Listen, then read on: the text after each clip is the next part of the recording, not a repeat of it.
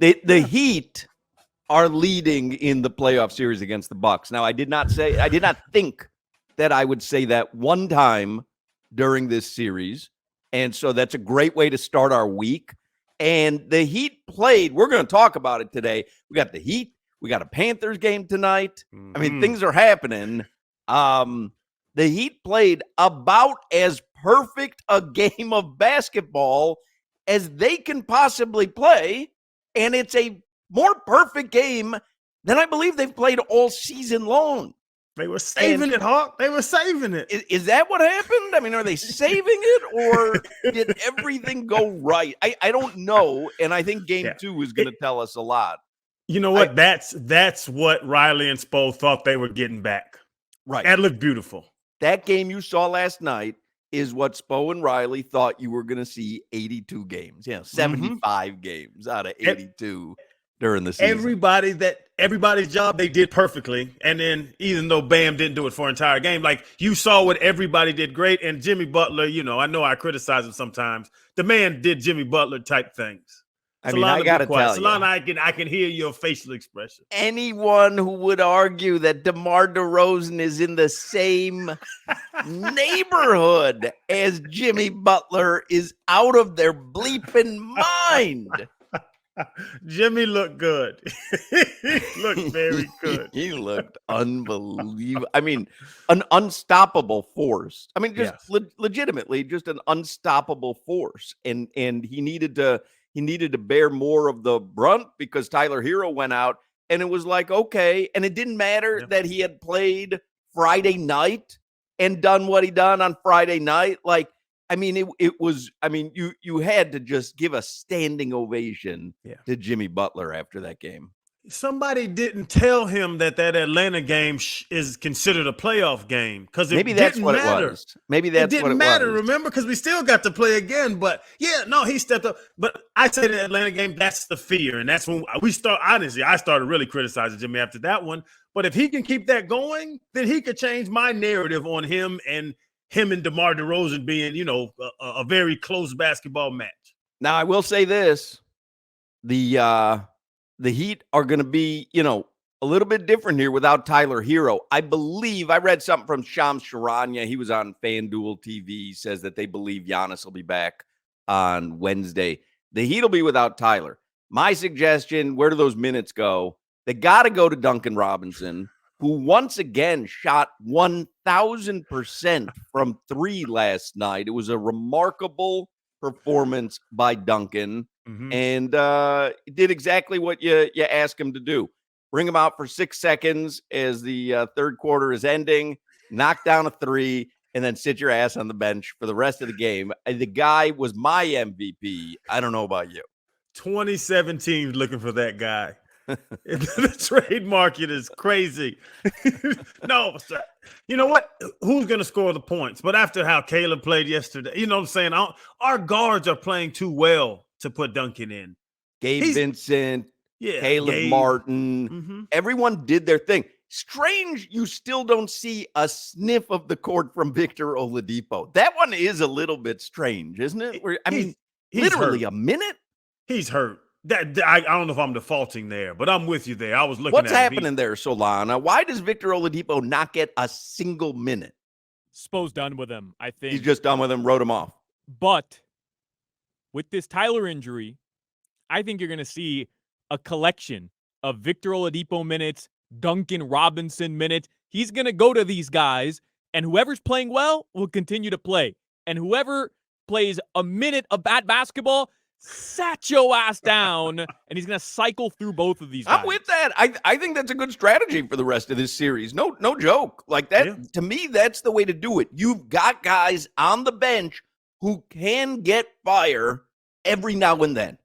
And so when you've got a guy, you saw it against Chicago with Max Strus, right? All of a sudden, dude cannot miss.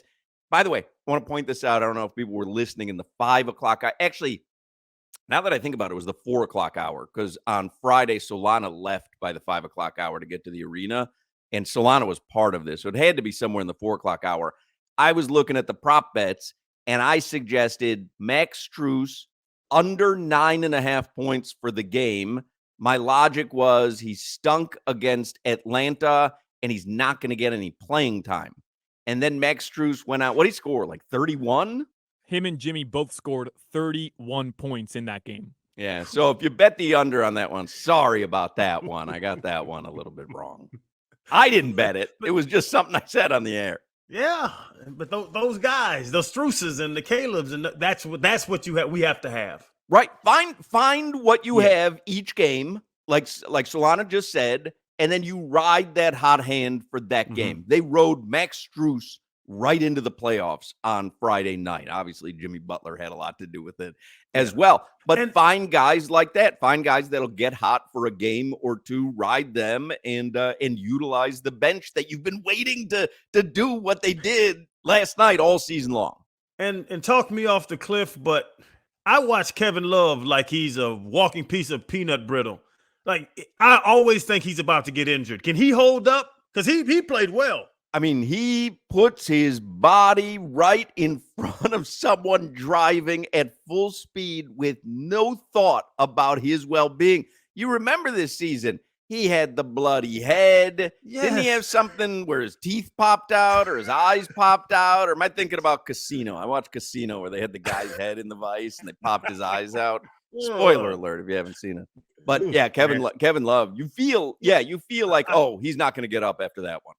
Yeah, and that's what I was like, is he going to hold up? Because I know he's a little older, but I guess I didn't watch enough Kevin Love recently to see this level Couldn't of have watched a lot of him recently because he wasn't getting any minutes recently. He had a good game, though. He had a really good game. I think he's a big piece. It was the perfect, most complete game that you could have gotten out of the Heat yesterday. Like, it was perfect.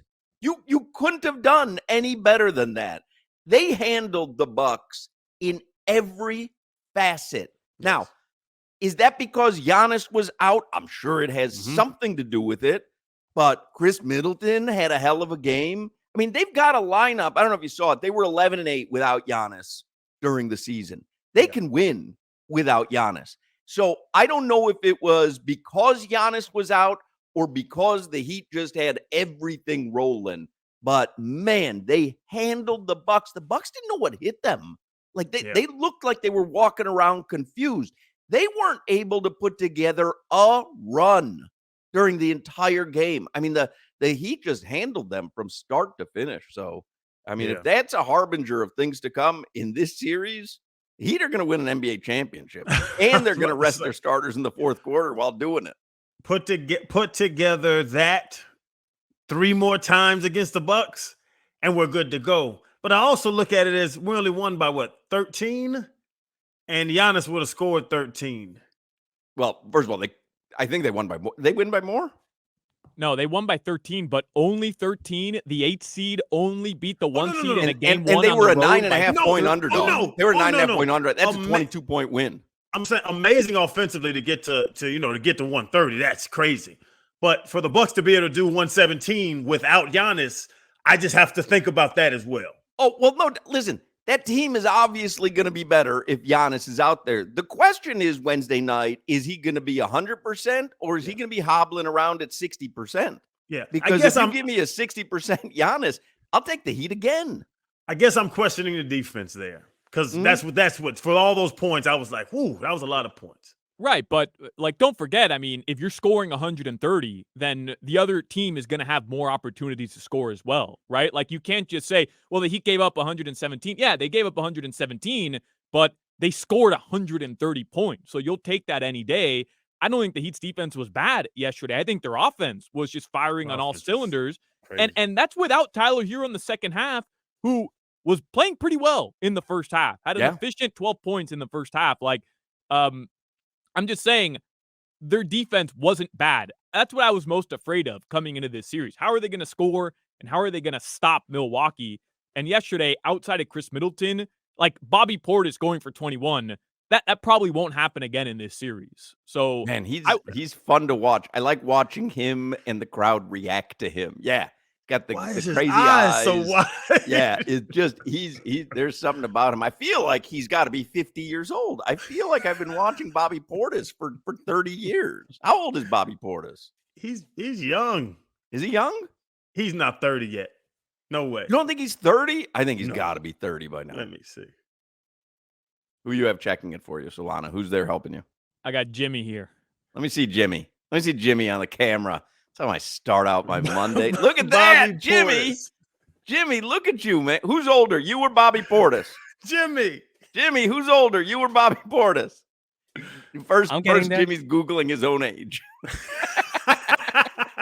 No, How old is Bobby I would Portis? never do that. How old is Bobby Portis? Jimmy. I got it. I am older than Bobby Portis. You're older. How old is Bobby Portis? 28. 28. Told you. Wow. He's been in the league like 4 years. Wow. How old is Bobby Phils? Nah, don't worry about it. Don't worry know about it. that It's is. fine. It's fine. Check it. That's a different game show I have planned for later. How old is Bobby Blank? How old? I got a lot of them. What time? A lot of them. Let's do headlines here. Brian Geltzeiler from SiriusXM NBA Radio is going to join us. We love talking basketball with Geltzy. Doug Plagan's going to check in with us from Boston. Panthers and Bruins tonight. A little sickness going around the Bruins locker room. So might have a little something tonight. And then John Crotty is going to join us from the great city of Milwaukee, where we need to find out if he's had any cheese or old style or, I had a whole bunch of food and drink questions for Crotty. See how many I can fire off at him till he hangs up on us without us having asked one basketball question. A Juicy Lucy. A Juicy Lucy. That's a That's great it. call. So I get him when I go skiing. You know I'm a Milwaukee guy. Juicy Lucy, so good. Well, you're not. You're a Minnesota guy, not a Milwaukee guy. You know that's in a different state. What you talking about? Minneapolis, where you go. That's in Minnesota, and Milwaukee's in Wisconsin. I just want to make sure that I thought it was Milwaukee, Minnesota. I just want to make sure that we're on the same page here. That Milwaukee is in Wisconsin and Minnesota is not. Note taken. All right, Solana, what do we have for headlines here? Whoa! I mean, I He thought said Milwaukee, Minnesota. somehow you claiming DeMar DeRozan is on the same level as Jimmy Butler. Not the dumbest thing you've said in the past 67 hours. They're close. It's up in the same region. They have Juicy Lucy's. Come Jimmy, on now. if you could check where Milwaukee is, we'd appreciate it. Just get back to us by the end The of the same headline. world region. Last I checked, it was with Wisconsin. Appreciate Jimmy, that, don't start, Thank Jimmy. you. Jimmy, we won't Thank need you. that out of you. Appreciate that, Jimmy. Or as I like to call him, Bobby Portis. I don't know what that means. Jimmy Portis. How's the DeMar DeRozan Army doing over there? You guys good? We're You guys all right? we retreated. We yelled retreat and we took off running Solana the had other such way. a great. I got snot coming out of my nose. Solana had such a great tweet after that Bulls Heat game. It was just a picture of me and you looking like dumbasses somewhere, like smiling at, and it's just a rough night for the DeMar DeRozan Army. That's funny. Oh. Jimmy proved me wrong. Yeah. The sports update, it's driven by the new Palmetto Ford Truck Super Center. Why buy your truck at a car store? Palmetto Ford. We know trucks. I mean, DeMar DeRozan, really? Like, that's who you caked up for. Of all people. Like, that's who you caked up I've for. always enjoyed an argument.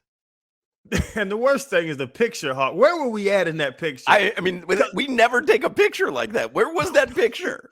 We look like idiots, but somebody asked us to do that. Right. They're like, hey, you two idiots. Now we'll take a picture of you. Solana used it perfectly, but he found that somewhere. That picture's in the world of us sitting there looking like that. I've been holding on to that bad boy for years, man. That's like a perfect idiot's picture. It sure is.